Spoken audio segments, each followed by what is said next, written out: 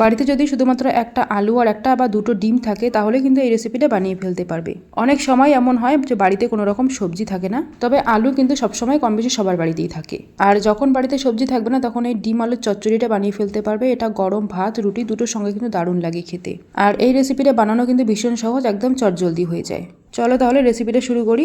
তো এই যে এখানে একটা বাটিতে আমি দুটো ডিম ভেঙে নিচ্ছি আর ডিমের সঙ্গে মিশিয়ে নিচ্ছি অল্প করে একটু নুন দিয়ে ডিমটাকে একটু ভালো করে ফেটিয়ে নেব।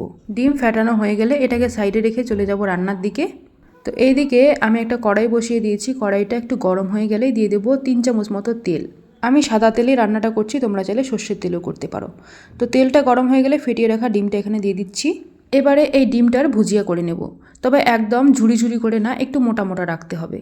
ডিমটা দেওয়ার সাথে সাথে খুন্তি লাগাবে না, নাহলে কিন্তু একদম গুঁড়ো গুঁড়ো হয়ে যাবে। আর এই রান্নায় ডিমটা একদম গুঁড়ো গুঁড়ো হয়ে গেলে তখন কিন্তু ভালো লাগবে না। তো দেখো ডিমের ভুজিয়াগুলোকে আমি কিন্তু একদম লাল লাল করে ভেজে নিয়েছি। এবার নামিয়ে নিচ্ছি। এবারে ওই একই কড়াইতে দিয়ে দিচ্ছি 3 চামচ মতো সাদা তেল। তেল গরম হয়ে গেলে ফোড়নে একটা শুকনো লঙ্কা দিয়ে দিলাম। আর শুকনো লঙ্কাটা হালকা ভাজা হয়ে গেলে দিয়ে দিচ্ছি এখানে একটা মিডিয়াম সাইজের পেঁয়াজ কুচি। এবারে এই পেঁয়াজটাকে হালকা গোল্ডেন ব্রাউন হয়ে আসা অবধি ভেজে নিতে হবে। পেঁয়াজ ভাজা হয়ে গেলে এখানে আমি একটা আলু নিয়েছি। আলুটাকে দেখতেই পাচ্ছ আমি কীরকম করে কেটেছি, একটু ছোট ছোট গোল গোল করে কেটে নিয়েছি। আর এখানে কিন্তু একটাই আলু আছে। এবার আলুটাকে ঢেলে দিলাম। আলুর টুকরোগুলোকে পেঁয়াজের সঙ্গে কিছুক্ষণ ভেজে নিতে হবে। এই পর্যায়ে কোনো রকম মশলা লবণ হলুদ কিচ্ছু দেওয়া যাবে না। 1 থেকে 1.5 মিনিট সময় নিয়ে আলুটাকে আমি ভেজে নিয়েছি। এবার গ্যাসের আঁচটাকে কমিয়ে দিয়ে একটা ঢাকনা দিয়ে ঢেকে দিলাম। এইভাবে ঢেকে রান্না করলে কিন্তু আলুটা খুব তাড়াতাড়ি নরম হয়ে যাবে আর আলুটা ভাজা ভাজাও হয়ে যাবে। তো দেখতেই পাচ্ছ ঢাকনাটা খোলার পরে আলুটা কিন্তু অনেকটাই কালার চেঞ্জ হয়ে এসেছে আর আলুটা ভালো করে ভাজাও হয়ে গেছে। আর এখন একটু চেক করে দেখলাম আলুটা কিন্তু অনেকটাই সেদ্ধ হয়ে গেছে। এবারে দিয়ে দিচ্ছি এখানে একটা টমেটোর অর্ধেকটা। টমেটোটাকে আমি ছোটো ছোটো কুচি করে নিয়েছিলাম। আর টমেটোর সাথে দিয়ে দিলাম একটু আদা রসুন বাটা, হাফ চামচের থেকে একটু কম। আর দিয়ে দিলাম স্বাদ মতো লবণ হলুদ লঙ্কা গুঁড়ো। এরপর অল্প করে একটু জল দিয়ে মশলার সঙ্গে সবজিটাকে খুব ভালো করে কষিয়ে নিতে হবে। এই রান্নায় সবজিটাকে যত বেশি কষাবো ততটাই কিন্তু খেতে টেস্টি হয়।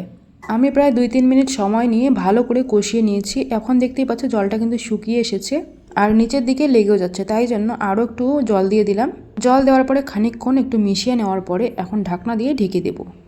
এবারে ঢাকনা দিয়ে ঢেকে গ্যাসের আঁচটাকে মিডিয়ামে রেখে 2-3 মিনিট সময় নিয়ে ঢেকে রাখবো। এতে করে আলু যতটুকু সেদ্ধ হওয়ার বাকি আছে ততটুকু কিন্তু সেদ্ধ হয়ে যাবে। এরপর ঢাকনা খুলে যে ডিমের ভুজিয়া করে রেখেছিলাম সেই ডিমের ভুজিয়া এখানে দিয়ে দিলাম। ডিমের ভুজিয়া দেওয়ার পরে সব কিছুকে একসাথে আরও কিছুক্ষণ কষিয়ে নেব। প্রায় 1 মিনিট সময় নিয়ে কষিয়ে নিলাম। এখন দেখতেই পাচ্ছ কিন্তু শুকনো হয়ে গেছে নিচের দিকটা, সেই জন্য আরও অল্প করে জল দিয়ে দিলাম যাতে করে নিচে লেগে না যায়। এবারে জল দিয়ে আবারও 2-3 মিনিট সময় নিয়ে ভালো করে কষিয়ে নিতে হবে। তবে আমি কিন্তু একবারে বেশি জল দিচ্ছি না, একদম অল্প অল্প করে জল দিচ্ছি। আর অল্প অল্প করে জল দিয়ে 2-3 বারে ভালোভাবে কষিয়ে নিয়েছি। সবজিটা ভালো মতো কষানো হয়ে গেলে এখন দিয়ে দিচ্ছি এখানে 1 কাপের থেকে একটু কম জল। জল দেওয়ার পরে একটু ভালো করে মিশিয়ে নিয়ে 3টে চেরা কাঁচা লঙ্কা দিয়ে দিলাম। আর দিয়ে দিচ্ছি এখানে ভাজা মশলা দিয়ে দিচ্ছি হাফ চামচের থেকে একটু কম। এবার এটাকে ভালোভাবে মিশিয়ে নিতে হবে। এখন আমাদের অপেক্ষা করতে হবে এই ঝোলটা খুব ভালো মতো ফুটে আসা অবধি। ফুটিয়ে ফুটিয়ে এই জলটাকে কিন্তু আমাদের অর্ধেকটা করে নিতে হবে। ভালো মতো ফোটানো হয়ে গেলে এখন দিয়ে দিচ্ছি অল্প করে একটু ধনেপাতা কুচি দিয়ে হালকা করে একটু মিশিয়ে নিলাম। এবার আর 1 মিনিট মতো সময় নিয়ে ফুটিয়ে নামিয়ে নেব। আর এখন তরকারিতে যে পরিমাণ ঝোল দেখতে পাচ্ছ এটা কিন্তু ঠান্ডা হয়ে গেলে আরও অনেকটাই কমে আসবে। আলু ঠান্ডা হতে হতেই ঝোল টেনে নেবে। যাই হোক, এখন আমি আলুর এই চচ্চড়িটা নামিয়ে নিলাম। আর দেখতেই পেলে কত সহজে তৈরি হয়ে গেলো আমাদের ডিম আলুর চচ্চড়ি। আর এই ডিম আলু চচ্চড়িটা গরম ভাত বা রুটির সঙ্গে খেতে কিন্তু দুর্দান্ত লাগে। তো যাই হোক, কেমন লাগলো আজকের আমার রেসিপি? যদি তোমাদেরকে ভালো লাগে তাহলে অবশ্যই একটা লাইক কমেন্ট শেয়ার করে দিয়ে আমার ইউটিউব চ্যানেলটিকে সাবস্ক্রাইব করে দেবে। আর যদি ফেসবুক থেকে দেখছো তাহলে ফেসবুক পেজটাকে অবশ্যই কিন্তু ফলো করে দেবে। সবাই খুব ভালো থেকো, টাটা।